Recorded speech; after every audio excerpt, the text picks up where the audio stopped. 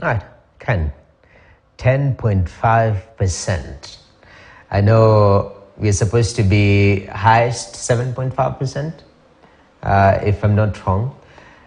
This is quite huge, almost a 7-year high that we've seen. But there is a certain confidence that the CBK governor speaks and he says, we have to put everything under control, and that's why we were making such moves. Do you think this hike was justified? Well, interest rates, you're right, are going up. In fact, as of today, many clients are receiving SMSs from their banks that their loans will be more expensive moving forward. The reason they did this possibly is because they saw the inflation numbers going up in the near future, and they're trying to get ahead of that.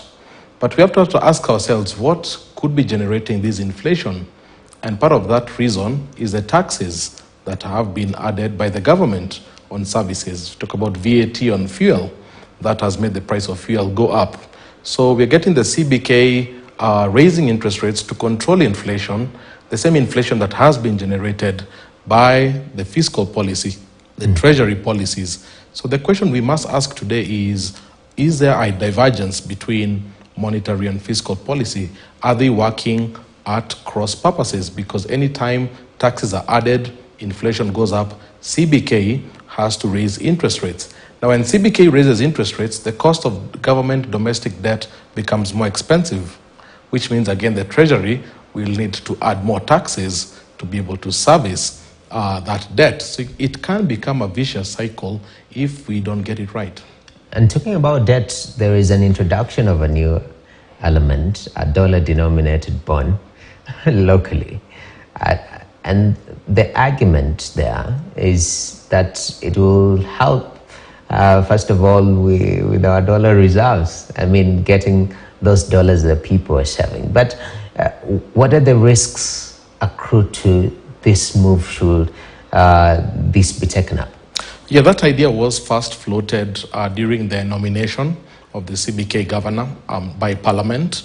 The previous governor had raised concerns about that because it rests on the foundation that there are some idle dollars in the market. Now, you and I know very much that there's actually a shortage of dollars in this economy because of global and domestic reasons. So the idea that there's an assumption by the CBK that there are idle dollars just waiting for a good bond to be able to come out, I don't think that's quite a strong assumption. If anything, the rise by interest rates by the Fed in the US is likely to make even more dollars to leave Kenya and go back to the US. So I think the assumptions have to be tested a bit more.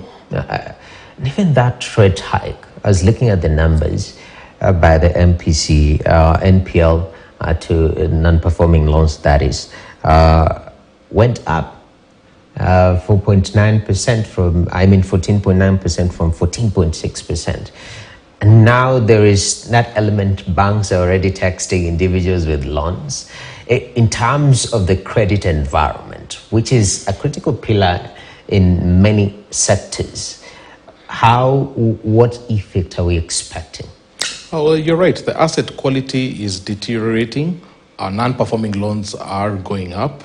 But I think in his defense, the CBK governor argued that that is being caused by delayed payments. So it's not so much that people can't work with the current interest rates as much as the delayed payments to contractors, people who've done work to government.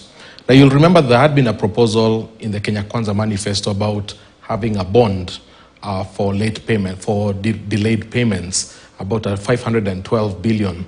But if you look at the budget, what the CBK governor said, they said they have shelved that idea.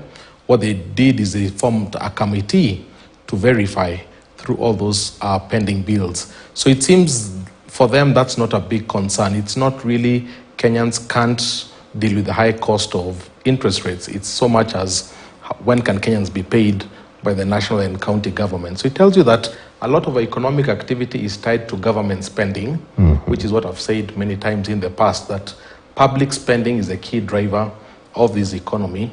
And the key question is, when can we move towards private sector driven growth, because private sector driven growth is more robust and more sustainable. Yeah, even the whole discussion around debt, which has led us to this corner, and now looking at the budget deficit and the funding of it, saying they'll fund almost 70-80% of the deficit from locally or internally compared to externally. I'm comparing that with that issue of leaning more towards private sector led growth, and it seems the banks that are supposed to fund this growth find solace amidst this unstable environment to rather place their money with the government, to lend to the government. Are we chasing our own tails here? It can appear to be so. You see, a typical business today will pay about 18% on their loans. With today's announcements by various banks, that could go to 19-20%. But you're right, most banks tend to be risk averse. They rather buy these bonds. You see, there was that 7-year bond that was oversubscribed about 2-3 weeks ago.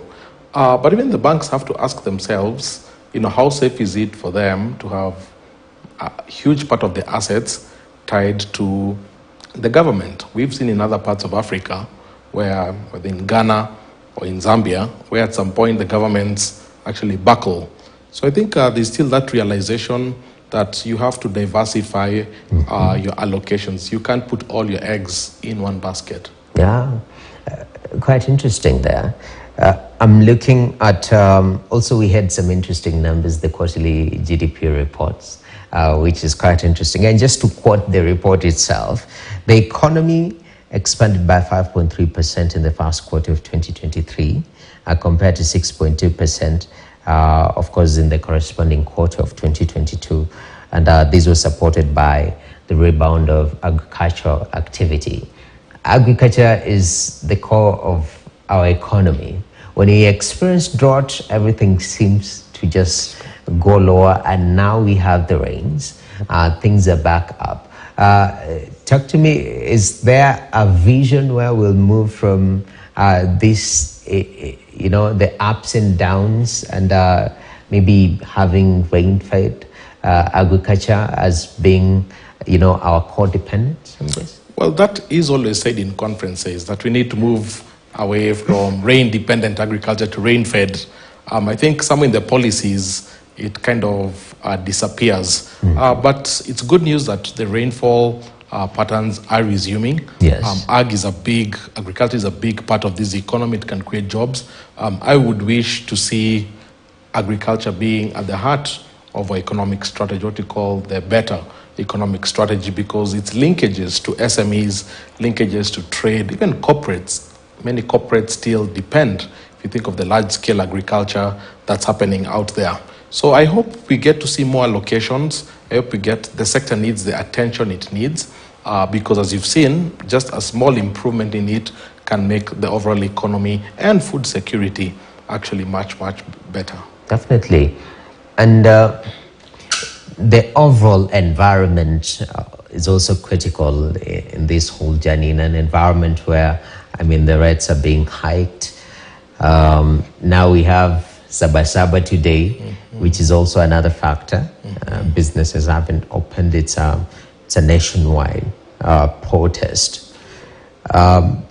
Comparing this to what's been happening in France, for example, we've seen also a lot of riots out there. In regards to taming this, because it seems we are adding a risk onto another.